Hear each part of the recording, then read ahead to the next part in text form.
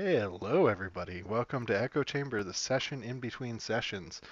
Uh, this past session, we got to see a fireball that scorched many kobolds, as well as there was no negative repercussions for Griswold killing someone. I mean, that's like a positive episode, in my opinion.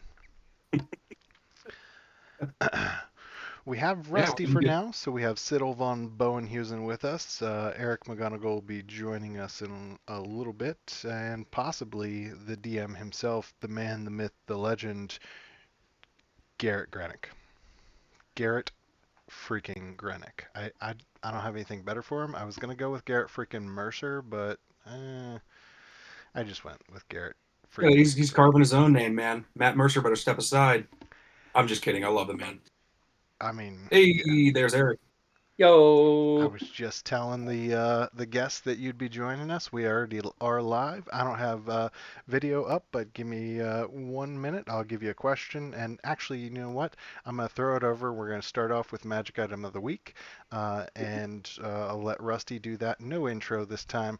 I am working on something though. A little garage band. Let's see what we can do.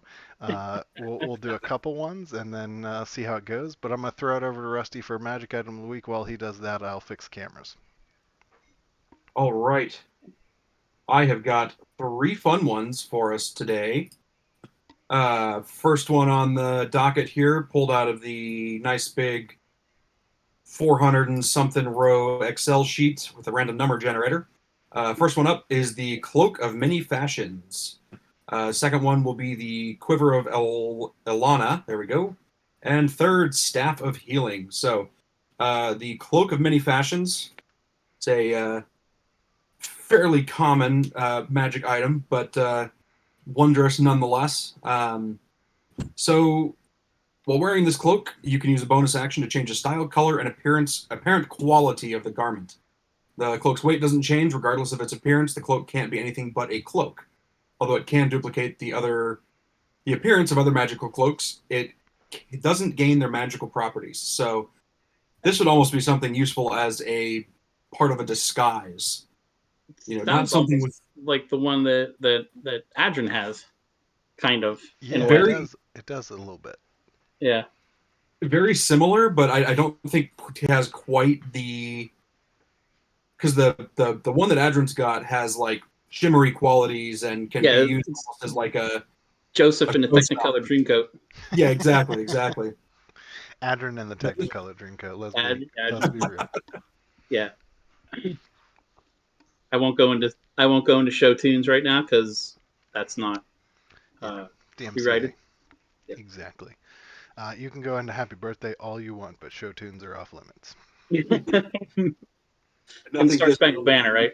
I think Twinkle Twinkle Little Star, you're okay too. Yeah.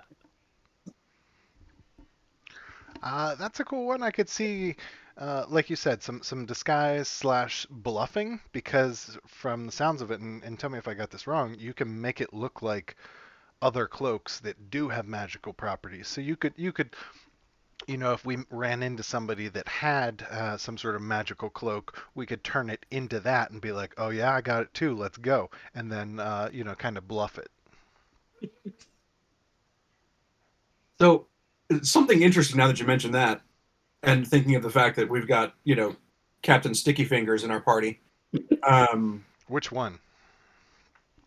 well, I Althea was thinking, Really. hasn't tapped into it, but she has got a high sleight of hand. So it's like a 20 plus.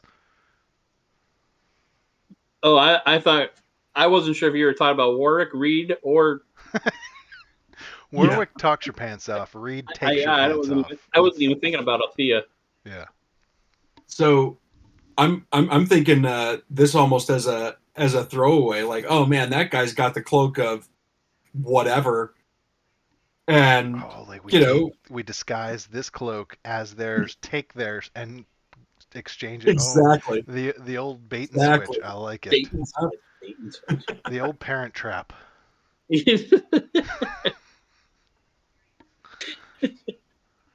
All right, Steal I like someone's it. I cloak. like it. Oh man, sorry, you must have dropped this. Here you go. Yeah, yeah. I like it. I like it. But let's not let Grizz try and do it because we're getting busted. Yeah, bad idea. The other guy just ends up wearing both cloaks out of the bar. What else we got? So next one up is the Quiver of Alana. So this is also known as the Quiver of Maliki. We're gonna go with that. I have heard of that. Magical quiver that can hold a large number of weapons and ammunition without ever increasing its volume or weight.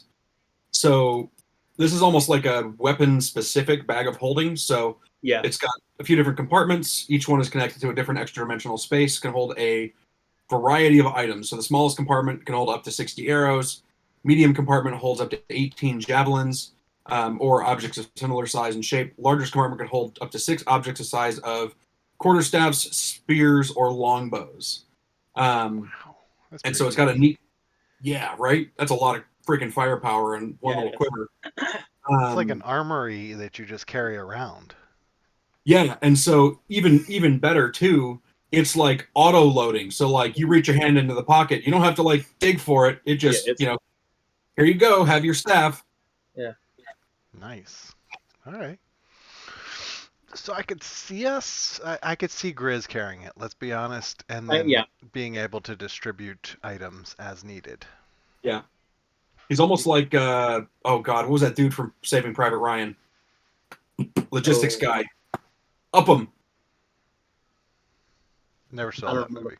Yeah. Oh, damn. Okay. He's basically just like everyone's constantly yelling at him like, over here, give me this, I need this, I need this. It'd just be, that but 15 feet tall.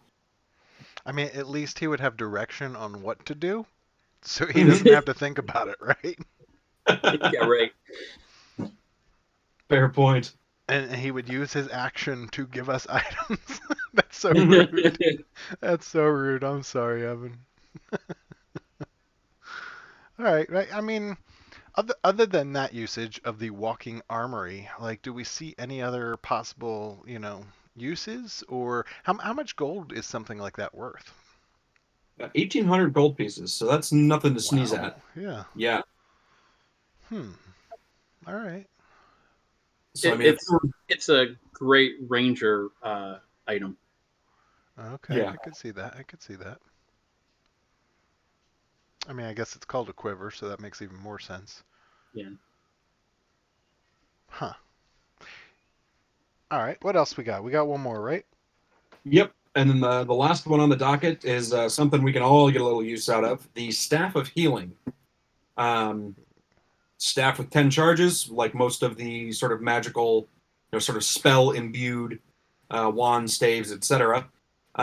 Use an action to expend one or more of its charges, so that's kind of nice there, the one or more, to cast any one of the following spells from it using your spell save DC and spell casting ability modifier.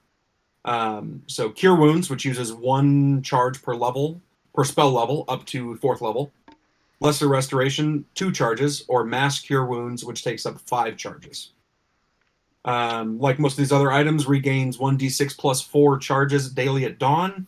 And if you expend the last charge, roll a d20. If you get a nat 1, poof, flash of light, gone forever. Mm. But it doesn't kill you on its way out, so that's cool. Not Yeah. like the staff of the Magi. Yeah. Explodes in your hand as you try Yeah. and recharge it. Mm-hmm. Does it require attunement? I believe that one does. Let me pull back up my handy dandy spreadsheet here. Where the hell did I put it? I just never know Probably. with items like that because like I think of like the wand of magic missiles and stuff like that that don't, and so I just never Right. know. This I think one does. yeah, I think I think stabs usually do. Wands, I don't think do. Yeah, Okay. I know that like the spider staff does require it, but anyway. Yeah. I Because mean, you can use it as a weapon too. yeah. Mm-hmm. I guess that makes Yeah. sense. So why does the wand of smiles require attunement then? Oh, I don't know. I don't know. I don't know that I'm familiar with that item. That's a Matt Mercer special. Ah, Yeah. Hilarious.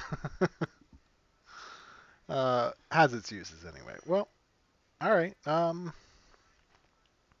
I could definitely see that being useful. I think the requiring attunement might not be used by most of the parties since we're pretty slot locked. I would I think one thing that our party lacks, uh, and don't take this the wrong way, now that Adrin's going to be more of the, bob and weave, as we spoke about, that he's going to be up front. I think we might lack a little healing. I could be wrong because I know he still does healing spirit, but healing spirit is concentration if he's going to be up in the fray. I think it's just going to be a situational thing. You know what I mean? So Yeah. But so losing O'Doon, I think we yeah, lost some healing. yeah, a little bit, yeah. Yeah. The paladin can heal too. He has that healing touch, right? Can he can heal? He has only walked past someone one time and not healed them back to resurrection. I will say that. Um, Yeah, I didn't know, and I thought this was a cool tidbit, that, if he's going to use healing touch, he can like partition out bits and pieces. He doesn't have yeah, to like spend it all. right, right. So a couple Uh, sessions ago when he used like Phive, I mm, was like, "Holy crap! Did you just yeah, heal her? Like, did you just waste that like um, on Althea?" But it's no. a pool of points, if you will. Does it count as a spell then? I guess it's just an ability then. Yes, it is an ability. It's Okay. not a I spell. don't It's an know that I ability. realized that. However, and I'm double checking. Yes, he does have cure wounds. Oh, okay. All right. Uh, I don't think I've seen him use it. Maybe he doesn't I realize don't or think he's something. ever. I don't think he's ever used it. So, Yeah. So we'll just have to keep um, that in mind. yeah, yeah. Um, all right. So when getting into the session, so I want to get into stats here in a little bit, but I want to drop a couple things. It struck me as we were talking, and as this was going on, Althea was using her movement, using her bonus action to move as well, to dash, uh, and still staying outside of the fray.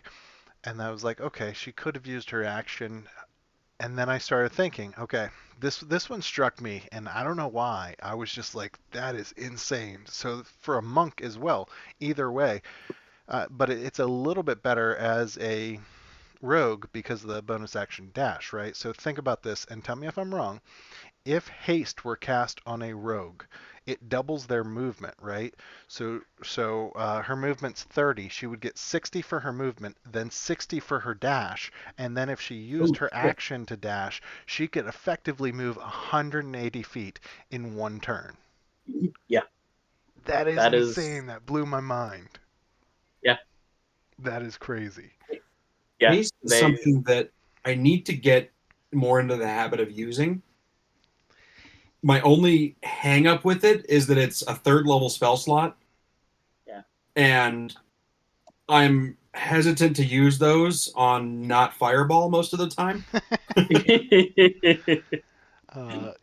Yeah, no, I gave him the spoiler alert that he did like 170 damage with that fireball.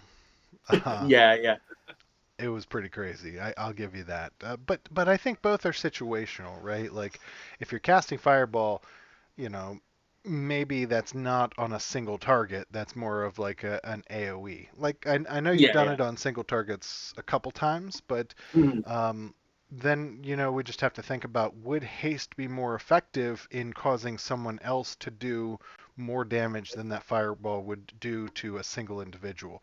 You know what I mean? Because if you cast When we're going up like fireball, Yeah. what's that? yeah, like when you're going up against a big boss, right? Yeah, yeah, and that's what I'm As saying. So, like, if you're going to cast Fireball and you roll for it, what is it? An average of like 36 or something damage for one target. So, right. is that worth it, or casting haste on Adrin when he gets other monk abilities? Would that be more beneficial? You know what I mean? Yeah. Damage wise. So I think it is situational. But in an AoE fight like this past Kobold, obviously that's going to be way more powerful. Use the Yeah. Fireball. Exactly. But it was just the movement today that, as we were talking about Althea's ability to get in there and Reed's ability as well, that that would be insane to go 180 feet. Like she could have literally went behind them. Yeah. Right? So with Amrook with Giant Slayer, Yeah. how many attacks can Amrook make per turn? You have to do you're So doing two, one Giant Slayer, one with something else, right? uh, Stormbreaker, whatever. no, you can a fighter will get their main attack and then they'll get an extra attack. So when you cast haste, you're giving them their attack action, which is their attack and an extra attack as well. So the fighter would get 4 per turn with that. Yeah. Plus If an they extra 2 to AC. Yeah. Yeah, plus the extra 2 to AC, plus the extra um, speed boost, which contributes to the boots. But then whenever you use action surge, you get an additional action, and then that would give you 6 attacks in one round. Hmm. So, but I Yeah. mean, We were. it's not just for him. I would say, you know, um, our paladin gets 2 attacks as well, so it would be beneficial there. Mhm. And our monk now gets an unarmed strike each time, right? Or does that count as a bonus action? That's a bonus action, yeah. Okay, It would okay. it would be more effective for one of you two. Yeah. Yeah. I was just mainly thinking, if we're up against giants, you can deal some freaking damage if you can hit Mhm. 4 to 6 times on a turn, and you have +2 to your AC. Yeah, no, that's not you're not wrong, but I mean like I said, it's situational. So I don't Yeah. think we've absolutely run into a situation where we've needed it at this point. Right. And I think we'll know, or I hope we'll know when we do run into that Hmm. situation. But the whole speed thing with a rogue just blew my mind today. I could not get over it. Just like I couldn't get over Siddle doing 170 damage in one spell, in one round.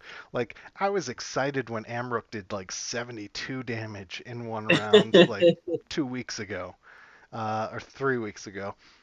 And now So Siddle's like, boop. is this a segue to stats chat? Are we going out of order today a little bit or? Well, we were going a little out of order. I was going to hold off on Stats Chat, but I would definitely jump in there. Uh, I want to talk a little bit about storyline wise because obviously we have something to deal with up top. So that's the main next part. But then, we obviously have to talk to Sildar and see if it's all cleared up. If we can go back to Xantharl's Keep and say, "Whoop, sorry about that, guys. Here's 1,000 gold," and Oopsie. yeah, my bad. Oopsie. um, and then, but then where are we heading? You know what I mean? Like, are we heading to the Rusty Nail? Are we heading up north? Like, do we need to check in anywhere else? I don't know. I, that's a good point. I would hate to get like all the way to like Icewind Dale, and then all of a sudden we get called that we have to go back to where we at? Where's that at? Not Tribor.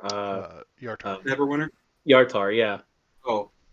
and and do whatever we need to do for that person. Yeah, for the But High Priestess. but uh, I don't know if Garrett would do that. I mean, because that's kind of shooting himself in the foot, sort of thing. I But he might do that just for spite.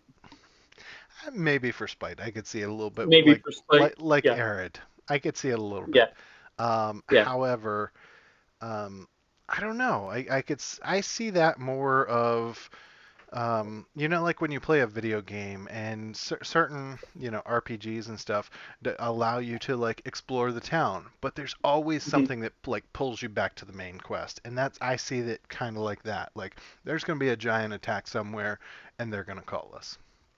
You know what I mean? Yeah, I could be wrong, but yeah, that's kind of the way I see it. So it's probably more dependent on how much time we waste than it is yeah. That's on a good where we're point. at. Yeah, Yeah, I don't know. But I mean, we can always talk about it as a group. I was just curious you guys' thoughts. I do want to point out that Grizz, although he did not feel guilt about what he did, I think this past session there is some sort of realization that I understand there's more than one way to skin a cat, because I think Yeah. it was that realization that it's okay to kill now, but I shouldn't have before. You know what I mean? That was almost like an admission for me, for Mhm. him to him to admit that I can kill this now. You know what? I gotta be honest. I got that too a little bit. Yeah. Yeah. Yeah. So I mean, for me, I don't know how Siddle feels about it. I don't know how Reed feels about it. For me, I'm good with it. I will not harp on it anymore. I would like to continue to work on strategy as a whole so that we don't have those instances where we're like, "What the hell are you doing?" When we do get to the big bad. Just my thoughts. I don't know. Agreed. Was there anything that jumped out to you guys from this past episode? I was trying to think. The Reed hanging back. That one kind of shocked me a little bit. I mean, I know Reed's all about for himself, right? He's he wanted an escape route basically, but at the same time, the rest of the party was up there, and he was still hanging back. He was like, "I'm good, guys." Yeah. Yeah. I don't know, and that's part of like why he didn't. You'll see here in a little bit. He didn't get as many kills. He didn't do as much damage this time. So I don't know. Yeah. He he had a couple bad rolls too, if I remember right. Yeah, for sure, for sure. Yeah. Rusty and I were talking about that, some bad rolls, and just feel like he's been missing lately. But Yeah. then, half of that time he was back behind the gas. So, Yeah. Yeah. Yeah. but all right.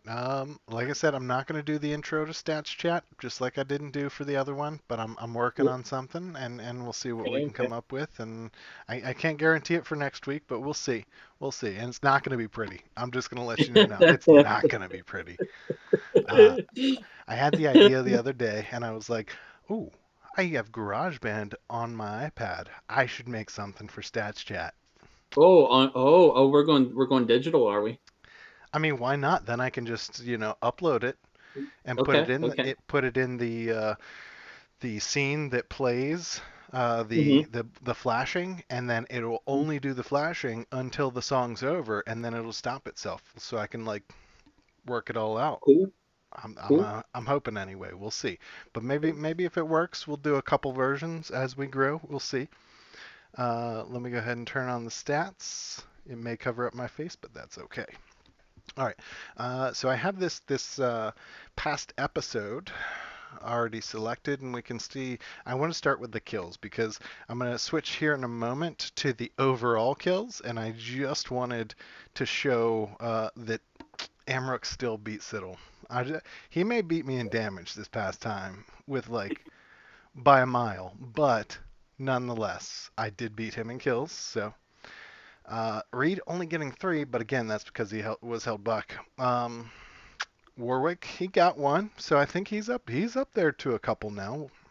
Hey, I don't know if you're Oh, uh, uh, I always yeah. forget to hit I was that gonna say, I freaking don't, transition. My fault, guys. I apologize. Uh, I mean, pretty much everything I said.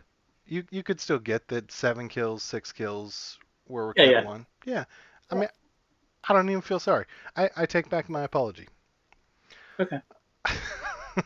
And then as we switch to the actual killed creatures, so those 7 actually put Siddle in the lead. So when we looked at this last week, Siddle was not in the lead for kills, and now he is. So congratulations, Siddle. You are now beating Reed and Amrook in total overall kills. We'll see how long that lasts, though. It's like a little Legolas and Gimli Gimli. kill fight Yeah. now. No, I can't say that I've ever uh, cared too much about my overall kills. Like, I don't know if that is like how that is for you guys. It doesn't really affect me. I mean, I know like last hits, whatever. It does not bother me at all. Oh, there's my one drive. Uh, Um, I you know not not maybe not this character, but I've had other characters that I would be. That would be a cool little character quirk to be, Mhm. you know, just prideful, I guess, about Yeah, having more kills than others. Almost yeah, That like, is. Oh, go ahead. I was gonna say that's my character in the other campaign in Eric's campaign. Yeah, I, oh yeah, yeah, I yeah. must envision a character that like tattoos like himself, like his kill Yeah, count like on count. his like forearms and stuff. Yeah, Yeah, that would be kind of a cool character quirk. my dwarf used to notch his axe, his Okay, war axe. Yeah. okay. It's a little late for Emmerich to be concerned, but I wasn't at first, so I just kept Yeah. with it. But I could see that being kind of cool. Mm-hmm. Um, I can see it being an excitement for new players, right? Getting those kills and racking up the points and that type of stuff. But Yeah. I don't know. All right, let's jump into it. I know you're waiting for it. The damage overview. All time, all time, Emmerich still winning. But Siddle, you did pass up Reed this past time, and so you're at 844. Emrook's a little bit ahead of you. Reed not too far behind at 725, so he's about like 60 something behind. Quick maths. Let's go ahead and isolate just this past episode to look at that damage, because I would feel bad if This I is didn't show it. yeah, 207 damage. yeah, And Nice. if we look at just the fireball alone, was 168.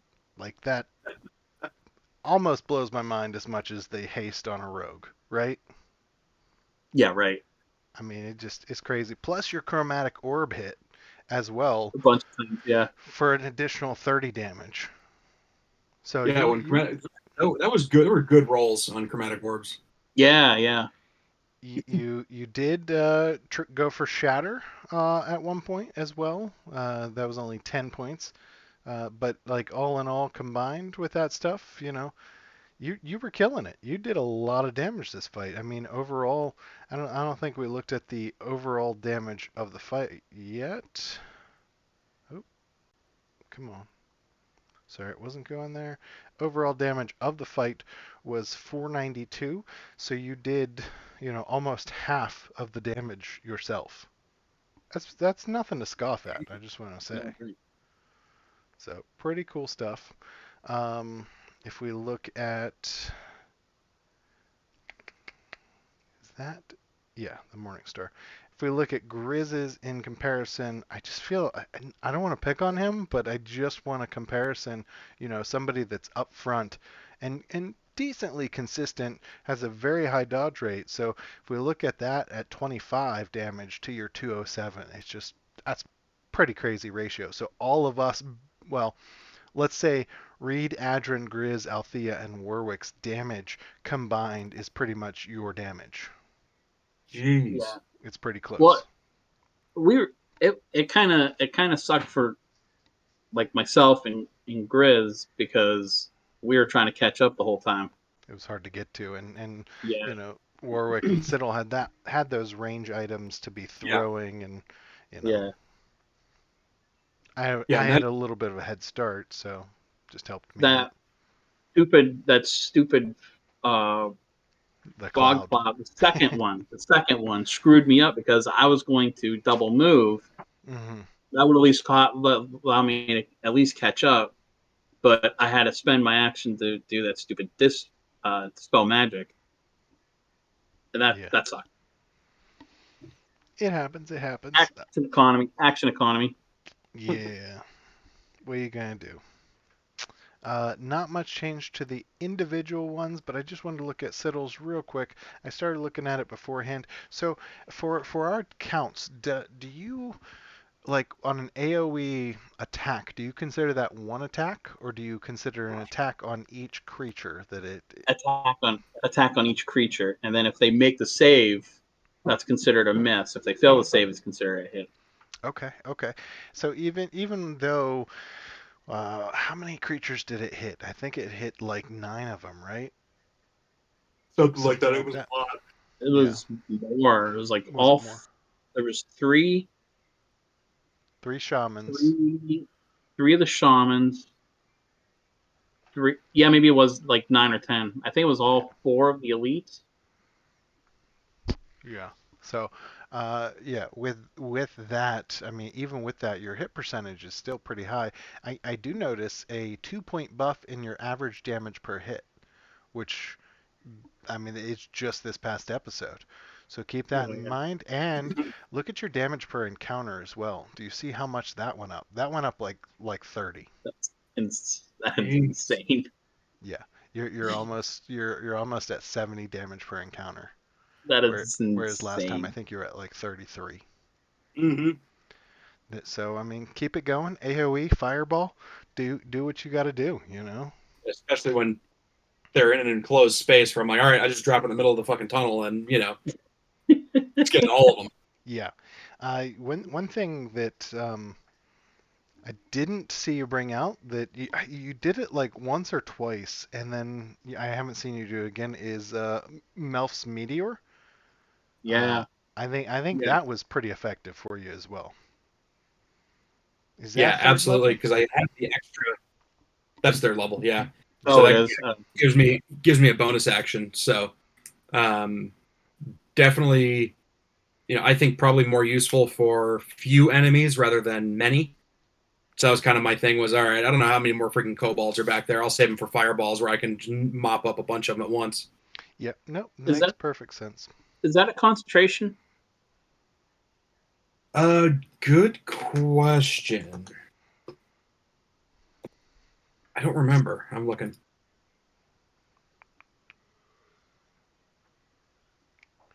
No real change to the Um, buffs. Although Bardic Inspiration was cast this time. I don't think it was used, but it was It was cast. never used. Yeah, Yeah. it was never used. But I forget who it was cast on. oh, I remember who it was cast on. Was it Grizz?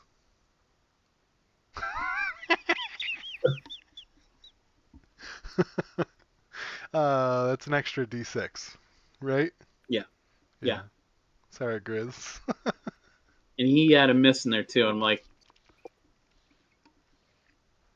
Because you don't want to meta, but at the same time. yeah, So that is one thing. I think last week we talked about the difference between um, the Exandria Unlimited DM and Matt, and she constantly reminds them about, yeah. and she gives out a lot of inspiration too. You know what though? In her defense, though, she had three new players, at least two new players. Yeah. So Oh, yeah, I'm not knocking it. I'm just, yeah, yeah, it's a difference in style, I think. yeah, yeah. And I got nothing wrong with it. I mean, I think it adds flavor, it adds Mhm. possibility, and sometimes it's needed to help you tell the story because Right, people right. roll for shit. Yeah. And you know what? I have noticed sometimes Matt will be like, "Hey, don't forget you have this," because Yeah, he even yeah, does this thing. yeah. All right, sorry, Rusty. I interrupted you. Is it concentration? it is, yes. It is okay. All right, all right. But So, with Warcaster, I do have advantage on concentration, on saving throws for Mhm. concentration. oh, I didn't Yeah. realize you had Warcaster. So you also can spend a spell as a reaction for Yeah. attack of opportunity. Yes. Correct. Correct. And if it comes down to it, I could have a shield and a weapon and not have to. Uh, I could have my hands not free and still be able to do the somatic components. Yeah. Oh, so is the staff two-handed though? You can use Uh, it either or. Okay, yeah. so you could use a shield to up your AC a little bit. If we could find Citadel a shield, that might be kind of cool. I think I don't know Grizz if you, has one that he's not attuned to. I don't know if you can use it. You might need to take a feat to be able to use it. I don't remember though. Hmm. So that would be more for like a paladin or a Cleric. bard, something like that. Cleric, yeah, That's a for sure. Cleric, major that's true. cleric. That's a you have to have cleric feat. Yeah, because you got a lot of concentration stuff there. Yeah, and you're going to be probably up front or near the front. Yeah, makes sense. All right. I think that's it for all I've got. Unless you guys have anything else, we'll call it an early night. I know this was a quick one, but I'm excited to see what's upstairs. We gotta figure out how to get back up there quickly. I have a feeling some people might be jumping into a waterfall. So we'll become a bunch of salmon and swim upstream. I mean, we'll see what happens. I know we have at I least mean, one person who can cast fly on himself. right, Yeah. right. So you could I fly to the mean, top, tell if it was away, or tie a rope up there, drop it down so we could climb up. Do we really want to do the rope thing again? I mean, as long as Griswold's not one of the first ones to climb up, I think we're good. And if he just can't make it, we'll just say, walk around, dude. We'll meet you up there. and really, if you know something kills the weevil, do we really care? You know what? I do at this point. Like, I feel like I'm Yeah. invested in the. Invested in it? Yeah, Yeah, yeah. I I want to see do. him stand in front of a judge. I mean, Siddle wants to see him stand in front of a judge. How about that? yeah, Mm, and plus, like, I think part of Amrok doesn't want to just leave him to his death. You know what I mean? I don't want to kill him. yeah, I don't want to leave him to his death. Just want to see him turned over, be done with it. yeah. Yep. Yeah. I could honestly give a fuck about the gold, but That's where I'm at. I mean, I know I still this want the gold. dragon horde, it was a baby dragon horde, so I think we could use the gold. Baby dragon. We could definitely use the gold from it, but I, I don't think for most of us we're not a gold hungry crew. Like as long as we have enough gold to get by, we'll donate the rest to towns and stuff. Yeah, exactly. I could be Except for wrong. Reed and Warwick. I mean, that is what Well, it is. Yeah. Warwick just looks for a house in every town and looks for gold everywhere. He's like fucking Donald Trump. He's got a casino in every town or a hotel in every town. Yeah, he's got his own economy behind. Like Yeah, exactly. he's Airbnb and his owned houses and. All right, thank you everybody for watching, and we'll see you this weekend. all